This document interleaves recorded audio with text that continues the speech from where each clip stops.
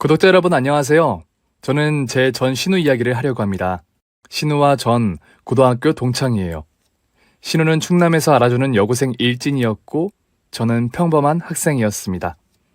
아버지 직장 따라 서울에서부터 충남으로 고2 때 전학을 온 저는 학교 생활에 적응하는 게 힘들었어요.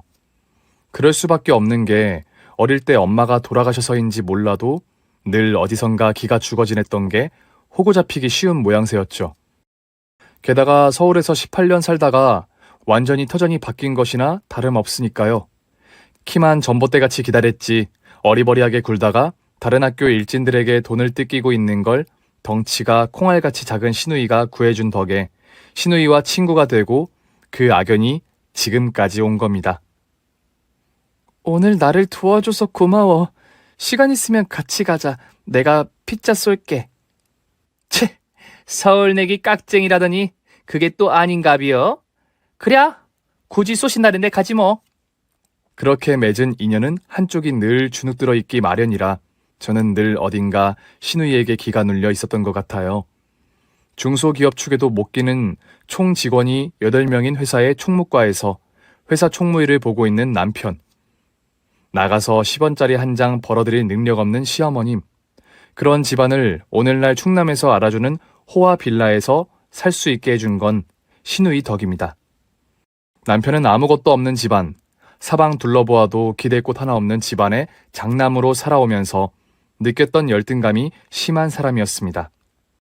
사실 시댁은 일가 친척을 통틀어 제일 잘된 사람이 서울의 이류 대학을 나와서 고등학교 선생님을 하고 있는 남편의 사촌형이 제일 잘된 케이스입니다.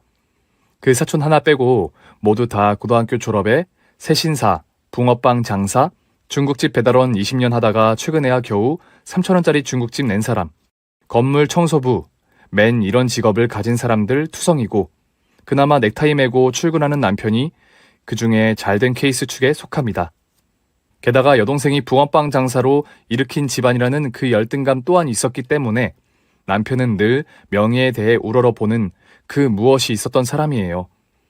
신우는 일진답게 고등학교 졸업 후 대학은 근처에도 못 갔고 20살에 단돈 70만 원 투자해 시작한 붕어빵 장사로 오늘날 디저트 카페를 2개를 운영하는 사장이 되었는데요. 구독자님들, 길 가다가 호떡 안 사 먹게 되잖아요? 시장에 가면 사서 종이봉투에 담아 집에 와서 먹게 되는 거에 비해 길 가다가도 자연스럽게 먹는 그 차이 하나만으로 붕어빵을 선택한 신우이는 팥 붕어빵, 슈크림 붕어빵 이 2가지만 했습니다. 뭘 어떻게 특별한 마술을 부렸는지는 몰라도 전화 주문만 하루에 수백 통 걸려오고 화장실 갈 시간도 없이 하루 1,300개는 거뜬히 팔면서 승승장구했죠. 시어머니는 아니 말로다가 30 여자가 500원, 2,000원짜리 붕어빵 팔아 집 2채 샀다면 누가 믿겠냐? 1개 500원, 5개 2,000원 하면서 초등학생 코 묻은 돈까지 악착같이 긁어 모아서 붕어빵 장사 6년 만에 신우는 디저트 카페를 냈고 카페 시작한 지 3년 만에 분점을 1개나 더 가진 겁니다. 곧 파스타집도 할 모양인지 요리학원도 다니더군요. 그렇게 집안을 일으켜 세운 신우이에게 시어머니나 남편은 절절 맬 수밖에 없었어요. 당장에 우리 부부가 사는 집도 신우가 반 정도 돈을 해줬거든요. 그러니 저 또한 신우에게 절절 매게 되고요. 가뜩이나 고교 때의 수직적 관계도 그렇지만 성인이 되어서는 이 돈 문제 때문에 그 관계가 확실하게 뿌리 박혔던 것 같습니다. 창피한 이야기지만 남편과는 저 22살 때 신우 집에 놀러가서 다 같이 어울려 술 마시고 놀다가 모두들 술을 더 사러 나간 사이에 만리장성을 쌓은 게 덜컥 임신이 되어서 결혼을 하게 되었어요. 도대체 가정교육이 어떻게 되었길래 처녀가 몸을 함부로 굴려서 임신부터 하냐는 시어머님의 질책에 고등학교 친구였던 신우의 말은 제게 불화살을 꽂더군요. 엄마 없이 자라 그런 걸 엄마가 이해해요. 친구란 게 어쩌면 친구의 가장 깊은 상처를 건드릴 수 있나 저는 기가 막혔습니다. 신우이가 양아치같이 놀아도 마음속 깊이 그렇게 악질적인 사람은 아니었다는 걸 믿고 있는 저지만 저렇게 아무렇지 않게 마음을 들쑤시는 말을 내뱉는 무심함은 알게 모르게 저를 병들게 했습니다. 그렇게 눈치 보며 시집 와서 2년도 안 되어 저는 확실한 시월드 경험을 하게 되었죠. 바로 신우이의 첫 아이를 맡게 된 거예요. 붕어빵 장사를 하면서 신우이는 남자친구와 동거를 했는데 그때 생긴 아이를 친정에 맡긴 겁니다. 신우이의 딸과 제 딸이 동갑이었고 시댁에서는 첫 손녀가 동시에 둘이 생긴 거죠. 시어머님은 당시 허리디스크 치료를 하러 다닐 때였고 그런 시어머니에게 어머님 외손주는 어머님이 맡으세요 라고 할 수는 없었지만 그래도 용기를 내어서 내 아이 하나도 겨우 키우는데 둘이라니 자신 없다고 말씀드리자 너는 친구라는 애가 어쩜 그렇게 무정하냐? 그리고 친구 좋다는 게 뭐요? 너는 집안에서 남편이 벌어다주는 돈 받아 쓰지만 네 시누이는 지가 벌어먹고 살겠다고 거리에서 비가 오나 눈이 오나 시방 붕어빵 파는 거 안타깝지도 않냐? 라고 하시는데 뭐라 딱히 더 고집을 피울 수도 없었습니다. 게다가 우리는 당시 신혼집을 대출을 얻어서 들어왔는데 남편 혼자 벌어서는 그 대출까지 갚아 나갈 수가 없고 저는 아이를 키워야 해서 맞벌이도 못하고 있었거든요. 반면 신우가 3년째 하고 있는 붕어빵 장사는 정말 잘 되어서 제게 육아 수고비로 한 달에 얼마씩 주겠다고 하더군요. 집에서 살림하며 남편이 벌어다주는 돈만 바라보고 사는 가정주부에게 따로 생기는 돈은 당연히 달콤한 유혹이 될 수밖에 없었지요. 그래서 키워주겠다고 한 겁니다. 남의 아이는 내 자식에게 하듯 편하게 할 수 없으니 신우이 딸 4살 되어 어린이집 보내기 전까지 정말 힘들었네요. 신우이 딸의 육아는 심장에 비수를 꽂는 말을 들으며 시작해야 했습니다. 제가 두 아이를 키우다 보니까 정신이 없어서 이유식 때를 놓치고 있었는데 언니, 이유식은 6개월부터인 거 몰라요? 아직도 이유식을 안 하는 게 말이 돼요?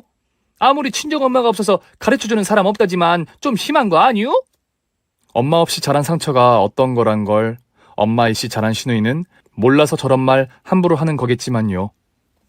그뿐 아니라 신우딸은 신우를 닮아서 얼마나 극성맞은지 쇼파고 의자고 차단 쓰고 화장대 위고 보이기만 하면 올라가려고 하고 결국 미끄러져 무릎하고 팔꿈치가 까지는 건 그냥 일상이었습니다.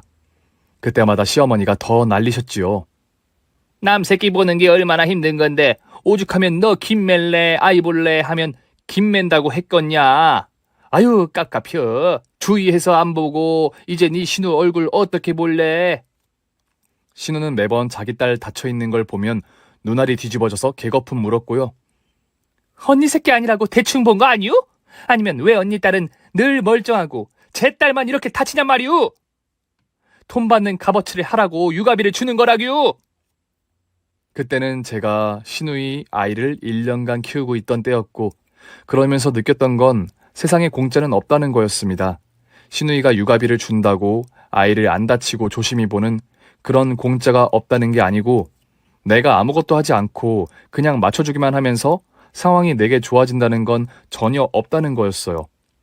말도 안 되는 소리를 짓거릴 땐 무조건 참아주지 않고 내 할 말은 하는 게 제가 살 길이란 걸 깨달았습니다. 아가씨, 제 딸이 안 다치는 건 얘가 절 닮아서 얌전히 가만히 있어서고 아가씨 딸이 다치는 건 아가씨 닮아서 극성 맞아서예요. 따끔하게 해주었습니다. 새끼 다치면 그 애미맘이 아픈 건 당연한 거고 사실 다친 건 맞으니까 그렇게 한마디만 하고는 가만히 있을 수밖에 없었지만 저렇게 말도 안 되는 억지를 부릴 때는 참으면 안 된다는 의지를 불태웠으니까요. 신우이가 돌아가고 남편이 슬며시 말하더군요. 육아비를 받는다는 걸로 당신이 늘 어리숙하게 얌전하게 당해주기만 하니까 걔가 더 그러는 거요. 잘했어. 만만하게 보이지 마라. 네, 남편이 제대로 본 겁니다. 신우이는 학교 때 둘 사이에 그런 관계가 남아서 제게 늘 함부로 대했던 건 맞으니까요. 이때까지만 해도 남편은 자기 아내인 저의 입장이었는데 팔은 안으로 굽는다고 남편이 신우이의 입장에 서게 된 계기가 생겼습니다. 사실 사건이라고 하기도 민망할 만치 소소한 일인데요. 신우이의 아이를 키우면서 가장 문제가 된 건 신우이가 저희 집을 아무 때나 들락거린다는 거였어요. 한날은 제가 친구 결혼식을 갔고 토요일이라 남편 아이 둘을 봤는데 아이 둘이 낮잠 잘 시간에 잠깐 동네 편의점에 라면을 사러 나갔었나 보더라고요. 신우이 딸이 감기로 앓을 때였거든요. 그러니 신우이는 붕어빵을 팔다가 알바생에게 잠시 맡기고 자기 딸이 어떤가 보러 온 거예요. 배를 눌러도 아무도 없으니 자기 오빠에게 전화해 비밀번호를 알게 되어 신우이는 그때부터 시도 때도 없이 저희 집을 마음대로 드나들게 된 겁니다. 신우이가 바로 우리 옆 빌라에 살거든요. 아무리 고등학교 때 친구고 자기 친오빠지만 사각 팬티를 입고 있을 수도 있고 저도 샤워 중에 있을 수 있는데 신우이가 한밤중에도 마음대로 문을 따로 들어오는 건 정말 싫더군요.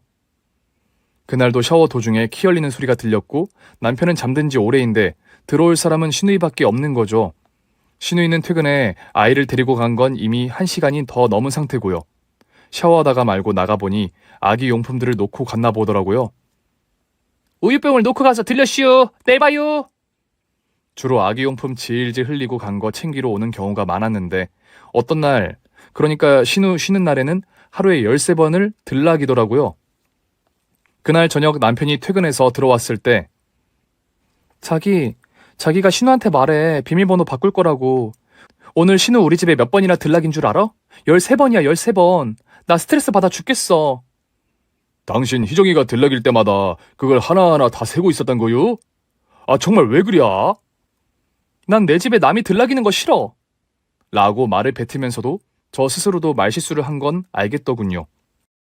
그런데 그 상황에서 말이 곱게 나갈 리가 없어서 더 어깃장을 놓은 겁니다. 시방 희정이가 남이란 소리요? 우리 집에 당신하고 나, 우리 아이 외에는 다 남이지. 어떻게 보면 이렇게 아무것도 아닌 일로 저와 남편의 사이는 벌어지게 된 거예요. 몇 개월 후에 저는 둘째를 출산했는데 둘째임에도 27시간의 진통 끝에 결국 담당 의사 의견대로 제왕절개를 하게 되었거든요. 그날 그 산부인과에서 7명의 산모가 출산을 했는데 저만 제왕절개를 했다고 하더라고요. 아이를 낳고 회복실에 있는데 남편이란 작자가 하는 말이 당신 그렇게 참을성이 없어. 어디다 갔어? 오늘 제왕절개한 거 당신 하나라는구만. 라고 하는 거예요. 기가 막혀서 여자가 아니라 몰라서 그런다고 하기엔 이건 너무한 말 아닙니까? 자기 새끼 낳아주려고 그 고생을 해가며 낳았는데 기껏 한다는 소리가 저 따위여서 저는 다시는 저 인간 자식 따위는 낳지 않으리라 굳게 결심을 하게 되었죠. 제가 둘째를 낳고 100일이 되기 전에 신우는 동거하던 남자와 헤어졌습니다. 헤어진 이유는 신우이에게 다른 남자가 생겼다는 거였는데 동거남이 워낙에 부실한 사람이라 그리고 자기 자식에 대한 애착이 없었기 때문에 양육권도 그냥 양보를 한 것 같습니다. 결국 신우의 동거남은 떠나고 신우이는 다시 아가씨 때의 그 자유로움에 취해서 신나게 놀더군요. 일주일에 한 번씩 춤을 추러 가지 않으면 술이었으니까요. 사실 아직 창창한 20대가 맞으니 남편도 없는 아기만 딸린 아가씨일 뿐이니 놀기도 싶었을 겁니다. 이해 못하는 건 아니지만 아기가 있는 엄마들은 생활이 아기 우선 아닌가요? 아기 봐주는 저를 믿고 그렇게 논 거라고 볼 수밖에 없지요. 신우이는 춤추고 노는 곳에 가지 않으면 학교 때 같이 어울리던 날라리 같은 친구들을 집으로 끌어들여 밤새 술 마시고 놀았으니까요. 저건 엄마라고 할 수도 없었어요. 저 같으면 허구한 날 떼어놓고 돈 벌어야 하면 일주일에 한 번이라도 딸하고 지내고 싶을 텐데 말입니다. 제가 그 부분에 대해 남편에게 뭐라고 하면 당신하고 희정이하고 같어? 걔는 아직 호적 정리도 안 한 아가씨잖여. 좀 둬라. 한 달에 서너 번 노는 거 좀 놀라고. 그렇게 남편과 시모님의 방관 속에 저만 힘들었습니다. 제 딸하고 아들, 그리고 신우이의 딸까지 저는 3명의 육아 전쟁 속에서 살아야 했거든요. 아시는 분들은 아시겠지만 3명하고 2명은 엄청난 차이입니다. 이렇게 말하면 싸가지라고 하시겠지만 저도 일주일에 한 번쯤은 일토랑 같은 내 식구들하고만 지냈으면 하는 바람도 없지 않아 있었던 것도 사실이에요. 그것뿐이 아닙니다. 자기 집에서 술 퍼마시는 거야 뭐라 안 하겠는데 조용히 마시는 게 아니라서 동네에 소문이 나고 저까지 민망한 일이 발생하는 게 문제였습니다. 그날도 학교 때 어울리던 친구들이 놀러 왔나 봐요. 좀 논다 하는 애들이죠. 술 마시다 보면 목소리 커지고 떠들다 보면 노래도 부르고 싶고 아기 생기기 전 놀던 때처럼 춤도 추고 싶고 그러는 게 사람 마음이겠지요. 그날은 음악 크게 틀고 그 시절처럼 춤추고 신나게 제대로 놀아보세 하는 것처럼 판을 벌였고 다닥다닥 붙어있는 공동주택, 그 소음을 참아주는 건 누구나가 힘들지요. 경비실에서 인터폰이 온 거예요. 저기요, 403호 아기 음니 집에 있슈? 네, 아저씨. 집에 있으니까 받았쥬. 왜요? 그 시기 아니할 말로다가 403호 아기 음니 참 뭐랄까 503호하고 404호에서 민원 와슈. 그 뭐랄까 너무 시끄럽다고요. 알았다고 조용히 놀겠다고 하고 인터폰을 끊었지만 그러나 사람이 놀다 보면 어디 그런가요? 또 노래 부르고 큰 소리 내고 또 인터폰 오고 그게 두 차례 반복되다 결국은 위층에서 쫓아 내려왔나 보더라고요. 참고로 밝혀두자면 우리 신우이는 앞에서도 말했듯이 단신 153cm 키에 43kg의 몸무게인데 503호 아줌마는 165는 넘어 보이는 신장에 70은 되어 보이는 몸무게였습니다. 아기엄니 좀 조용히 좀 살아줬음. 403호 좋고 우리 503호 좋고 얼마나 좋아요. 술 마시고 흥이 나 있는 상태인 우리 신우이는 처음에는 좋은 게 좋은 거다 사과를 했나 봅니다. 오랜만에 친구들을 만나보니 좀 시끄럽게 되었는데 미안하게 됐고 조용하겠다고요. 그런데 503호 아줌마가 좀 말이 길었나 보죠? 그래도 그렇지. 이런 시장판에 나앉은 것 같은 공동주택이 어디 있대요? 더불어 사는 세상도 모르는가 배. 거기까지 듣다가 우리 신우이는 성질대로 아이 그 아줌마 되게 지랄하고 있네. 한마디만 하면 되지. 애국가요? 1절하고 2절하고 3절하게? 뭐요? 지랄이요? 아니 이 403호 아기음니는 시방 무슨 말을 이렇게 고상하게 한냐? 그럼 지가 틀렸단 말이오? 좌우당간에 한 번만 더 떠들면 풍기문란에다가 고성방가까지 해서 나라에다가 고발할 테니까 그런 줄 알고 계시면 돼요. 조용하게 살 자신 없으면 저기 따로 떨어진 곳으로 가서 혼자 살던가 하라는 극히 상식적인 말씀을 하시는 503호 아줌마와 서로 큰 소리를 내다가 결국 신우이가 주먹을 쥐고 부르르 떨었고 두 여자가 서로에게 달려들어 멱살 쥐고 쥐어뜯고 머리칼을 왕창 뽑아내는 상황까지 간 겁니다. 아무리 최고 작다 해도 힘에 있어서 절대 밀리지 않는 신우이가 503호 아줌마 머리칼을 정수리 쪽으로 해서 싹 뽑아버렸고 503호 아줌마의 초등학생 딸이 경찰에 신고해서 두 여자는 서에 끌려가게 된 거예요. 저질 기질이 온몸에 다 드러나 보이는 학교 때부터 일진들 그룹에서 논 신우이 친구들은 되도록 국가 관리망에 안 걸려드는 쪽이 좋은 사람들인지라 아예 현관 밖에를 안 나와 봤답니다. 오히려 어떤 면에서는 다행이지요. 서에서 조사를 쓰던 중 덩치 작은 신우이는 새초롬하게 얌전하게 앉아있고 503호 아줌마는 신우이의 돌변한 태도에 약 올라 죽으려고 하면서 개거품 물고 정말 그런 생난리가 없었답니다. 아줌니 그래서요. 아줌니 아무리 시끄럽다기로 서니 아줌니 등치로 저런 등치의 아줌니를 아작을 내서야 쓰것이오. 저 이쑤시개 비슷하게 생긴 아줌니 저 옷 뜯어진 거 봐요. 아이 정말 환장하겠네. 아저씨 제 머리칼 다 뽑힌 거 안 보여요? 제가 당했다니까 왜 사람 말을 안 믿는겨? 그래서 이 이쑤시개 비슷하게 생긴 아줌니한테 덩치 큰 아줌마가 당했다 주장하고 싶다 그거유? 치는요 잘할 때부터요 없는 말에 목에 칼이 들어와도 못하는 사람요. 정말로다가 경찰 아저씨 그렇게 상황 파악이 안 돼서 무슨 나라 돈을 받는다고 그래요?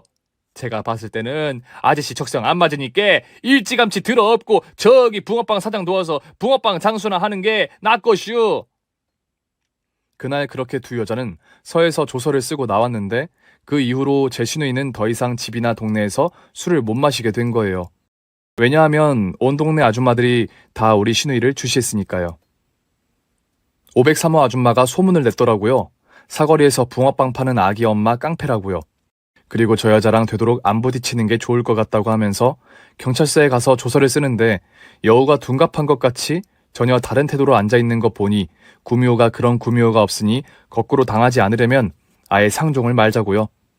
게다가 제가 지나갈 때마다 저를 붙잡고 한마디씩 하시는데 안타깝게 쳐다보는 그 얼굴들이 반가운 게 아니라 저는 부끄러워서 얼굴을 들 수가 없었습니다. 참 희곤이 엄마는 저런 신우를 어떻게 참고 산냐? 애들 고모 아니요? 한 핏줄을 다녀. 안 그랴? 그렇게 동네 아줌마들의 요주의 대상이 된 신우이는 사실 자기가 아무리 난다 긴다 하는 주먹이었어도 다수의 세계에서는 소수가 질 수밖에 없는지라 더 이상 집에서 술 먹고 노는 일을 할 수가 없었던 거죠. 무엇보다 생업인 붕어빵도 팔아야 하니까요. 그렇게 그런 사건이 일어난 후 술을 못 마시게 된 신우이는 장사에 매진을 할 수밖에 없었는데요. 붕어빵 장사를 오래도록 하고 있으니 이게 이제 손바닥 안 손금 들여다보듯 훤하고 돈도 안정적으로 벌리니 장사에 대해서는 도 같은 시누이는 그 어떤 것도 두려운 게 없는 겁니다. 놀기 잘하는 사람이 일도 잘한다는 말은 우리 신우를 두고 한 말이에요. 정말 술 마시고 춤추고 놀기 좋아하고 남자 좋아하는 제 시누이가 일주일에 한 번씩 돌아오는 휴일을 그냥 넘기기는 어려웠을 겁니다. 나머지 6일은 정말 피 터지게 장사를 하고 하루는 클럽에 가서 춤을 추는 생활을 이어가던 신우의 인생. 자기 할 일은 똑부러지게 하고 돈도 잘 버니 그 누구도 신우에게 한마디를 못하는 이 상황에 죽어나가는 건 역시 저 하나였습니다. 제발 일주일에 한 번이라도 자기 새끼는 자기가 좀 보라고 해. 애가 다 불쌍하다. 애도 지 엄마 숨결을 느껴야 할 거 아니야. 나도 3명 육아에서 벗어나 보자고. 남편 없이 아이 키우며 붕어빵 장사하는 자기 여동생이 애틋해 죽는 남편과 시어머니에게 아무리 말해도 소용없었어요. 남편은 제가 둘째 낳기 전에 신우에 대해 남이라고 표현한 거에 대한 섭섭함이 마음속에 늘 자리 잡고 있는 건 확실해 보였습니다. 고등학교 때부터 친구면서 신우이를 남으로 생각하는 그 기본적인 생각이 밑바탕에 깔려 있으니까 늘 3명 육아, 2명 육아의 차이에 스트레스를 받는 거라고 하더군요. 셋 다 그냥 내 자식이라고 생각하면 안 되냐는 거예요. 저도 말이야 늘 불만을 터뜨리지만 육아비를 받고 있는 입장이고 보니 불만은 입으로만 터뜨릴 뿐 돌아보면 365일 애를 데리고 있는 건 저였습니다. 오죽하면 조카가 저를 엄마라고 부르겠나요? 저는 집의 엄마고 시누이를 향해서는 밖의 엄마라고 이야기하더라고요. 그렇게 우리의 가족관계의 틀이 굳혀져 가는 건 가는 거대로 시누이는 여전히 문제를 일으키고 다녔습니다. 시누이는 클럽에 가서 놀아도 얌전히 노는 게 아니라 1년에 서너 번은 남자들하고 큰 소리로 싸우다가 경찰서에도 가고 요란하게 놀더군요. 하도 서해 들락이니까 지구대 경찰 중에 하나하고 안면이 트고 농담도 주고받는 사이가 될 정도였나 봅니다.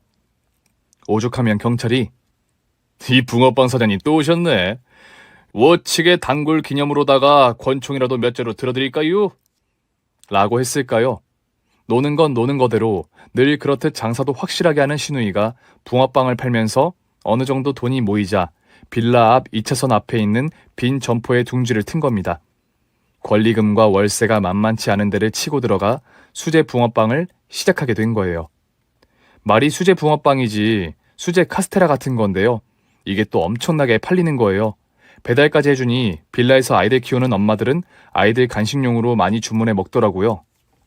이때 또 그 왼수 같은 503호 아줌마하고 씨름할 일이 발생을 했었는데요. 저희 빌라 단지는 충남에서 5손가락 안에 드는 큰 단지라고 할 수 있고 가장 번화가라서 가격도 만만치 않은 빌라촌이고 엄마들이 교육열이 상당하거든요. 가게 앞 2차선에 한두 달 내에 신호등이 생긴다는 걸 이미 정보를 입수하고 비싼 권리금을 내고 들어간 건데 날이 가도 시에서 공사할 생각을 안 해서 시누이가 알아보니 503호 아줌마가 빌라 동대표 회의에서 밀어붙여서 503호 아줌마 딸 둘이 다니는 초등학교하고 503호 아줌마가 운영하는 피아노 학원 사이에 신호등이 생긴다는 걸 알게 된 거예요. 알고 봤더니 503호 아줌마 시댁 어른 중에 한 분이 시장에 지척에 갈 수 있는 시의원이라는 겁니다. 신호등이 있어서 사람들 내왕이 더 많아지고 안 많아지고가 얼마나 장사에 영향을 미치는 수준 차이는 하늘하고 땅 차이입니다. 시누이가 상가 점포 상인들하고 이야기를 해봤는데 다들 분위기가 거의 모든 인허가권은 기초단체장이 쥐고 있으니 할 수 없다는 분위기였나 보더라고요. 우리 시누이가 누굽니까? 자기가 돈 버는 일에 지고 가만히 있을 사람 아니고 503호 아줌마에게 따졌나 보더라고요. 동 대표님, 신호등을 그 초등학교하고 학원 사이에다 만들기로 하셨다면서요? 다 같이 사는 빌라에 회의도 안 거치고 그렇게 마음대로 하시는 건 어디 나라 배비유? 여기가 김씨간의 북조선이요? 민주주의 국가에서 회의들 다 하고 투표로 결정난 일이요. 이제 막 그냥 거짓말로 밀어붙이시기로 작정을 했는갑네. 회의로 결정난 거 아니라고 제가 이 두 귀로 똑똑히 들었슈. 벌써 정해진 일이오. 붕어빵 가게 앞은 내후년까지 기다리면 돼요. 이 말 저 말 필요 없고 친정이 충청도 어디 시의원이람서유. 어디 시의원인지 내가 잘 알아보고 이런 밀어붙이기에는 어떻게 대응해야 하는지 지가 직접 시장실에 여쭐게요. 민원으로다가요. 신우이는 성격답게 상인들을 동원해서 시에다가 정식으로 민원을 넣었나 보더라고요. 503호 친정 어른은 시장 출마까지 생각하고 있던 분이라 당연히 민원에 민감할 수밖에 없고요. 그렇게 해서 결국에는 신호등이 우리 신우이 점포 앞에 생기게 되고 503호 아줌마와 또 척을 지게 된 거예요. 신우이는 사실 이때 조금 마음의 변동이 있었던 것 같아요. 여태까지는 막치기로 자기 힘으로 살아온 인생을 바꾸고 싶다라고요. 503호가 집안 빽이 있는 걸 보면서 조금 다른 부류로 살아보고 싶다라는 소망을 가지게 된 거지요. 그렇게 503호랑 우리 신우이는 길에서 마주치기만 해도 서로 눈을 흘기기에 정신이 없었고 거의 원수처럼 되어갔던가 봅니다. 점점 돈이 모이고 수제 카스테라 겸 붕어빵 가게는 가게대로 1시간 거리 대학교 앞에서 디저트 카페를 내면서 신우이는 붕어빵 가게는 시어머니께 맡기고 자기는 디저트 카페로 옮겨갔습니다. 나도 이제 카페 주인이여. 사람으로 낳았으면 이렇게 신분 상승이 되는 거지. 다른 게 신분 상승이여? 신우이가 장사가 커지면서 당연히 저의 일거리도 늘어날 수밖에 없었습니다. 아이를 거두는 몫은 오로지 저의 몫으로 다 떠넘겨졌으니까요. 신우도 이제 30에 접어들었고 디저트 카페를 운영하면서 예전처럼 술 먹고 놀면서 좌충우돌 막치기로 살아가는 거에 실증도 나고 한 남자에게 정착하고 싶다는 말을 가끔 하더군요. 한날은 쉬는 날에 아침부터 우리 집으로 건너오더니 자기 마음대로 제 장롱을 열어보는 거예요. 신우와 저는 옷 입는 취향부터 달라서 제 옷에는 눈길도 안 주던 평소 모습하고는 틀리지만 내 장롱을 자기 마음대로 열어보는데 좋은 마음이 들 리가 없었습니다. 고모, 제 장롱을 왜 열고 계세요? 제 거 고모한테 안 맞아요. 아니 무엇이냐. 아랫목 고양이처럼 얌전하게 살림만 하고 사는 언니 옷을 입으면 내 팔자도 좀 언니처럼 얌전해질 것 같아서요. 왜? 빌려주기 싫으? 이야기인 즉슨 오늘 오랜만에 데이트 약속이 있는데 자기 장롱을 열어보니 하나같이 원색적인 옷이라서 입고 나가기가 망설여진다는 거예요. 아 근데 언니는 옷 감각이 왜 이렇냐? 언니 옷 좀 사 입어요. 아 지희가 주는 돈 다 어디 가고 도대체 장롱 속을 봐줄 수가 없네. 도대체 봐줄 만한 옷을 못 사 입는 건 아가씨 오빠가 능력이 없어서고 도대체 봐줄 만한 옷을 사다가 놓더라도 아가씨는 키가 작아 제 옷 못 입어요. 저렇게 대꾸는 해줬어도 사실 저는 속으로 좀 놀랐습니다. 18살 때부터 보아오던 신우이의 모습하고는 틀렸어요. 목소리도 작아지고 톤도 없이 나긋나긋해진 것도 그렇고 뭐랄까 사랑을 알게 된 요조 숙녀의 모습으로 보였습니다. 신우이가 털어놓은 바에 의하면 디저트 카페를 운영하면서 알게 된 손님 중에 한 사람과 연애 중이라고 하더라고요. 오빠, 내가 이번 결혼만 성사되면 우리는 명예까지 쥐게 되는겨. 그 사람 본가가 좀 한다 하는가 보더라고. 남편도 시어머님도 좋아하셨습니다. 젊디 젊은 게 남자는 그렇게도 좋아하면서 애 하나 딸렸다고 결혼도 못하고 살까봐 걱정이었는데 맨날 해봤자 아무 소용없는 연애로 끝나지 않고 결혼까지 하겠다니 반가우셨겠지요. 사람 팔자 변하는 건 한순간이라더니 아니 여자는 상대를 어떤 사람 만나느냐에 따라 변한다더니 신우는 많은 게 바뀌어 가기 시작하더군요. 우선은 원색적으로 입던 옷들은 다 버리고 파스텔톤 계열의 얌전한 옷들을 입는 것부터와 조용해진 것, 그리고 책을 읽기 시작한 거였어요. 사실 카페를 운영하면서 바뀐 게 책 읽기였는데 가끔 카페에 가보면 웃기지도 않게 계산대 앞에 앉아서 책을 펼쳐두고 있는 그 꼴을 보자면 울렁증이 올라올 정도였어요. 그렇게 가식으로 꾸민 모습으로 만나고 있는 남자는 독립영화 감독이었습니다. 고모, 나이 차이가 11살이면 아저씨 같지 않아요? 아니요, 전혀요. 사람이 좋으니까 나이 차이는 아무것도 아니요. 연애 상대가 예술을 하는 영화 감독이라는 사실보다 더 놀라운 건 남자가 총각이라는 사실이었어요. 눈치를 보아하니 신우는 미혼모라는 사실을 숨기고 연애를 하는 것 같았습니다. 핸드폰 바탕화면에 있던 딸 사진을 지웠으니까요. 또 결혼 허락을 받기 위해서 집으로 와야 하는 당연한 걸 안 하고 약속 장소를 밖으로 잡는 걸 보고 남편에게 물었더니 아이가 있는 사실을 신우이가 숨기고 싶어 해서 집은 위험하니까 밖에서 만난다는 거예요. 어이가 없네. 그럼 고모 딸을 뭐 앞으로 어떻게 한다는 거야? 있는 아이를 눈 가리고 아웅해서 숨기고 나면 그 뒤에는 어쩌려고? 남편의 대답은 더 어이가 없었습니다. 사실 여태까지 우리 딸이나 다름없이 키워내니까 사실 우리 호적에 올려도 별 상관없지 않냐는 거였어요. 이런 큰 문제를 저에게 의논 한마디 없이 시어머님과 신우이 남편 이렇게 셋이서 그동안에 의논했을 거라는 데까지 상상이 미치자 저의 인내심에는 한계가 왔습니다. 속고 있는 상대 남자야 제가 모르는 사람이니 거기까지 걱정할 필요 없이 저는 당장에 제 발등에 떨어진 불부터 어떻게 해야 했어요. 당신들 셋이서 이 일을 어떻게 마무리 지었는지 몰라도 나는 그렇게 못하겠어. 내가 무슨 죄야? 왜 가만히 있다가 영희를 내 딸로 영원히 키워야 하냐고. 남편은 신우이가 오늘까지 우리 집안을 먹여 살렸다고 봐도 무방한데 쉽게 말해 먹던 밥상에 수저 하나 더 놓는 격으로 여태 키우던 아이를 호적에 올리자는 게 뭐가 나쁘냐는 겁니다. 그리고 영희가 내가 밖에서 나온 딸이라는 것보다 신우이 딸이니 얼마나 다행냐는 헛소리를 짓거리더군요. 이런 묘한 논리가 먹힐 수 있다고 생각한 저들은 그동안 도대체 절 얼마나 호구로 보고 있었던 건지 저는 철저하게 깨달았습니다. 그래서 이렇게 계속 진행하면 이혼도 불사하겠다고 했지요. 도대체 신우 결혼에 내가 왜 이혼까지 가야 하나 그런 생각 따위 할 겨를은 없었습니다. 어쨌든지 간에 나는 애 더 이상 못 키우고 또 호적에 올릴 생각도 없어. 제 말에 남편이 비수를 꽂더군요. 친구 좋다는 게 뭐고 형제 좋다는 게 뭐요? 서로지간에 감싸주고 도와줄 수 있을 때 도와주고 그렇게 사는 게 형제 아니요? 희정이가 우리한테 해준 게 얼맨데 의리도 뭣도 없이 말이오. 당신은 엄마 없이 자란 티를 그렇게 내야겠어? 엄마 없이 자란 나는 그렇다 치고 엄마 이씨 자란 니들은 있는 딸을 내도록 올케에게 맡겨 키우다가 결국에는 유령으로 만들어 놓고 결혼할 계획을 세우냐? 저는 남편 입에서 엄마 없이 자란 소리가 나온 순간 이 사람과 더 이상 결혼을 유지할 필요가 없다고 생각했습니다. 막 지새끼 낳은 사람에게 그렇게 참을성이 없냐는 소리를 하는 남편이나 도어라 키를 열면서 집안을 13번이나 들락인다고 신우를 남이라고 한 저나 둘 다 서로에게 상처를 준 건 같지만 엄마 없이 자란이란 소리와는 겨룰 수가 없는 겁니다. 게다가 자기 여동생 아이를 수년간 키워온 와이프에게 엄마 없이란 소리를 하는 남편의 그 잔인함에 온갖 정내미가 다 떨어졌으니까요. 그날 그렇게 저와 큰 소리를 내고도 남편은 기어이 상견례 자리에 조카를 안 데리고 시어머니만 모시고 갔습니다. 그들이 상견례를 할 동안 저는 제 아이들과 신우딸을 데리고 외식을 한 후 애들을 놀이터에서 놀리며 노는 아이들을 바라보며 생각들을 정리했습니다.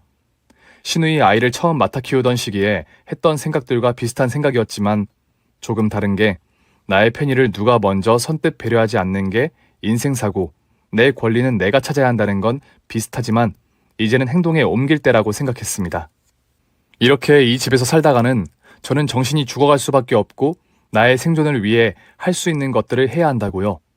저는 확실하게 이혼을 결심했습니다. 엄마 없이 자란 아내에게 엄마 없이 자랐다는 소리를 하는 남편하고 남은 50년을 함께한다는 생각을 하니 인생 자체가 끔찍했으니까요. 그렇게 마음 정리를 하고 나니 오히려 홀가분해져서 곧 있으면 돌아올 시어머님과 남편 얼굴 보는 것도 두렵지가 않았습니다. 오히려 밝아진 얼굴로 시어머님과 남편을 맞이하는데 그들 얼굴은 날아갈 듯해 보였습니다. 구름 위를 날아갈 듯한 표정이 그럴까요? 시어머니가 업된다 글씨. 젊어 고생고생한 우리 희정이가 늦복이 확 튀려나 보다. 형제라고는 시집간 여동생 하나고 시아버지만 모시면 되는디 그것도 아래층 위층으로 산댄다. 자기들은 남의 집 딸을 데려와 자기 딸 애까지 맡아 키우게 하면서 지 딸은 시어머니와 시누이 없는 자리에 시집 보낸다니 좋다고 하는 저 대가리 빈 것들을 그동안의 가족이라고 함께 산 제 눈을 쑤셔야지 누구 눈을 쑤실까요? 더 웃긴 건 시누이의 돌아가신 시어머님 탈상이 내년이라서 탈상 기간까지는 정식 결혼식을 안 올리는 게 좋겠어서 호적에만 올리고 살림만 합치자고 하더랍니다. 이제는 시누이가 시댁에 인사를 가야 하는데 그렇게 복잡한 절차 걸치지 말고 아예 양가 상견례를 한 번에 하자는 제의까지 오가간 모양이에요.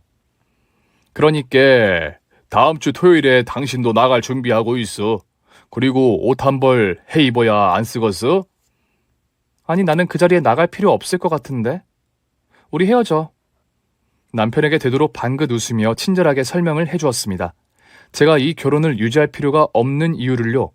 처남될 사람 상견례 자리에 나가 들어보니 시누이 시댁은 정치를 하는 집안이었고 남편은 그 사실만으로도 매우 흥분해 있었기 때문에 제 이혼 제의에 크게 타격을 받는 것 같지 않았습니다. 사실 남편으로서도 제가 싫어진 지는 꽤 되었겠지요. 자기 여동생을 남이라고 칭한 그 순간부터가 아닐까 합니다. 양육권을 빼앗기지만 않는다면야 이혼도 무리 없다고 생각할 만큼 정치계와 사돈이 되는 게 그리 좋았던 걸까요? 사방을 둘러보아도 비빌 언덕 없이 살아온 환경이 남편을 그리 만들었을까요? 저는 아이들 모두 내주고 오는 한이 있더라도 남편과는 더 이상 살고 싶지 않았습니다. 제가 당장 돈 버는 능력은 없다지만 그래도 양육권 소송은 해보는 데까지는 해볼 결심을 했어요. 다음 주 저는 빠졌고 신우 시어머님 남편이 양가 정식 상견례를 하고 돌아온 날 얼굴 표정은 지난주와 천지 차이였습니다. 상견례 자리에 나온 시집간 신우이라는 사람이 다름 아닌 503호 아줌마였던 거예요. 남편 될 사람의 단 하나뿐인 여동생이요. 웬 술을 이런 자리에서 다 만나고 세상은 살아볼만요? 아이 있는 미혼모라는 사실도 그날 상견례 자리에서 들통나고 이 결혼 차라리 안 하는 게 낫겠다고 포기하자고 셋 다 결심을 하고 돌아왔나 봅니다. 신우가 그 시집 가면 평생 멸시를 당하고 살아야 하니까요. 붕어빵 장사 출신의 순 깡패라고요. 그러나 세상 일은 그렇게 자기 마음 먹은 대로 순순하게 돼주지가 않는 겁니다. 신우이는 그 결혼을 해야 했으니까요. 신우 남편 될 사람이 그럼에도 결혼을 추진하자고 조르고 있고 세상 단물 쓴물 이미 볼 대로 다 본 신우이는 아무리 그 남자를 사랑한다지만 결혼하면 평생 주눅들어 살아야 하는 결혼 안 하는 게 낫겠다 독하게 마음 먹고 눈물로 울고 불고 저만 세기에 사랑하다 실패한 사람 마냥 눈물 젖은 얼굴로 지내고 있던 때 식당에 가서 김치 냄새 맡는 순간 헛구역질이 가열차게 올라왔으니 임신인 겁니다. 옴치고 뛰지도 못하는 거죠.